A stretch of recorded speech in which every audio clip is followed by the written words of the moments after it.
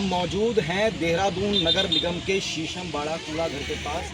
आप मेरे पीछे देख सकते हैं, यहाँ पर कई जो झुग्गी झोपड़ियाँ बनी हुई है। यहाँ से जो जानकारी मिली है, करीब 200 परिवार ऐसे हैं जो यहाँ पर झुग्गी झोपड़े में रहते हैं और इनका मूल व्यवसाय कूड़ा बीनना है। तो ये कूड़ा बीनते हुए जो परिवार हैं, ये तो कूड़ा बीनते ही हैं। यहाँ के जो बच्चे हैं वो भी उन्हीं के साथ में, परिवार के साथ में कूड़ा बीनने का काम कर रहे हैं। तो ऐसे में ये बच्चे जो हैं ये शिक्षा से मुंह मोड़ रहे थे और अपनी आजीविका बनाने के लिए, अपने परिवार की आर्थिकी को सुदृढ़ करने के लिए वह भी कूड़ा बीनने का काम करते थे। पर समृद्ध आश्रय एक संस्था है, वो 1 साल पहले यहाँ पर आई और उन्होंने इन बच्चों को पढ़ाने का काम किया, इन बच्चों को शिक्षा देकर समाज से जोड़ने का काम किया। तो आज के समय में यहाँ करीब 30 से 40 बच्चे जो हैं वो काम कर रहे हैं। संस्था के साथ में तमाम चुनौतियाँ हैं, क्योंकि बच्चे बार बार कूड़ा बीनने के लिए चले जाते हैं और उन्हें बच्चों को ढूंढ के या उनके माता पिता को प्रोत्साहित करके फिर यहाँ तक उन्हें लाना पड़ता है।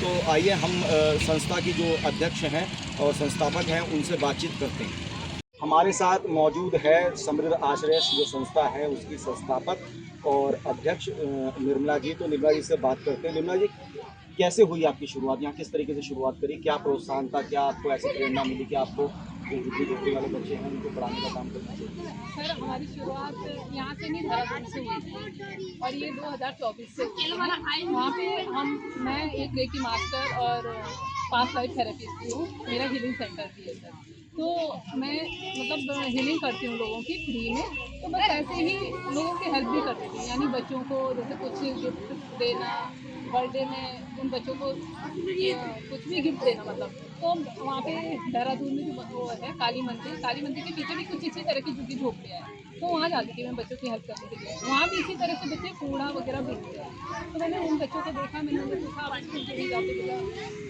तो उन्होंने बोला कि मैम हम स्कूल तो जाते थे, लेकिन उनके माँ बाप जैसे ये इनके भी ऐसी है सर, ऐसा रहता है इनका कि काम यहाँ है तो यहाँ रुकेंगे, कहीं और काम मिल जाए इन्हें तो कहीं और चले जाते हैं। इसकी वजह से इनके बच्चे पढ़ नहीं पाते। तो उनका भी सेम यही कंडीशन है। तो उन्होंने बोला मैम आप हमें पढ़ाओ। तो हमने 2024 में, तब हमारा ये ट्रस्ट नहीं था, ऐसे ही हम उन्हें पढ़ाने लगे 2024 में। और एक दिन ये 2025 में मैं इधर ही आई थी, ऑफिस हमारा आगे है विकास नगर में। तो ऑफिस गई थी, आते मैंने यहाँ झुग्गियाँ देखी, झुग्गी झोपड़ी मतलब देखी मैंने यहाँ पे।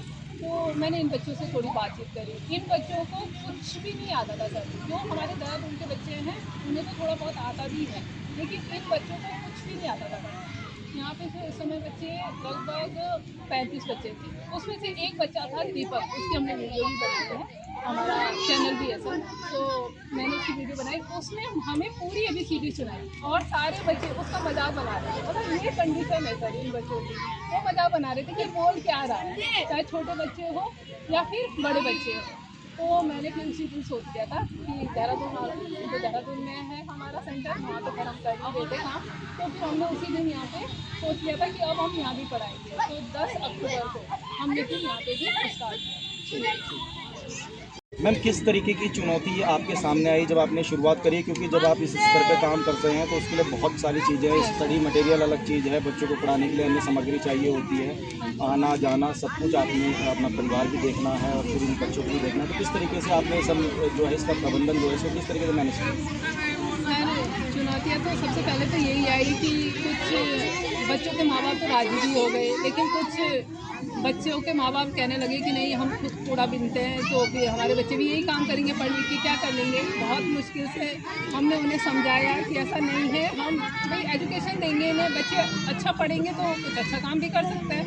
तो फिर धीरे धीरे करके मानने लगे और जो सामान है उसको लेके भी थोड़ी बहुत आई चुनौतियाँ, क्योंकि हर चीज़ चाहिए होती है, पेंसिल, रबड़, बुक, नोटबुक। और यहाँ तो आप देख ही लो कि आज बारिश हो रही है तो बैठने के लिए भी हमारे पास व्यवस्था नहीं है। तो जो हमारा हीलिंग सेंटर है वहाँ से जो हमें फीस आती थी, कुछ हमने उसी से फिर सामान लाना स्टार्ट किया बच्चों को जो भी रहता है। और कुछ फिर धीरे धीरे जो मेरे कस्टमर बोलो या फिर फैमिली मेम्बर बन गए हैं वो लोग भी हेल्प करने लगे। तो इसी तरह से धीरे धीरे चल रहा है। आप अभी यहाँ काम कर रहे हैं, हम देख रहे हैं कि यहाँ पर आपने अस्थायी तौर पर अपना बच्चे को तिरपाल लगा के बच्चे को पढ़ा रहे हैं। और जैसे आज बारिश हो रही है, तो अभी तेज़ बारिश हो रही थी, तो बच्चों को परेशानी हो रही थी, आपको परेशानी जो पाट पट्टी है वो भी गीली है। तो किस तरीके की आप अपेक्षा रखते हैं, जो हमारा जिला प्रशासन है और हमारे जो कहते हैं बाल विकास विभाग है या सरकार है, उससे किस तरीके की अपेक्षा रखती है कि इन बच्चों को एक अच्छा एक वातावरण मिले, एक अच्छा एक अच्छी शिक्षा मिले, तो इसके लिए किस तरीके की व्यवस्था यहाँ होनी चाहिए? यहाँ पे हमें परमिशन मिल जाए गवर्नमेंट से, और ताकि हम उन्हें यहाँ पे 3 सेट डाल सकें कि हम इतना एजुकेशन दे सकें कि ये इसको जाके पढ़ सकें। और आगे चल के अगर गवर्नमेंट हमारी और हेल्प करती है या फिर कोई और लोग हमारी हेल्प करते हैं, तो हम ही भी इन्हें पूरा मतलब एजुकेशन देना चाहते हैं। तो जैसा भी हो सर, फिलहाल ये है कि यहाँ पे 3 सेट डालने के लिए परमिशन मिल जाए और 3 सेट डालने के लोग हमारी हेल्प।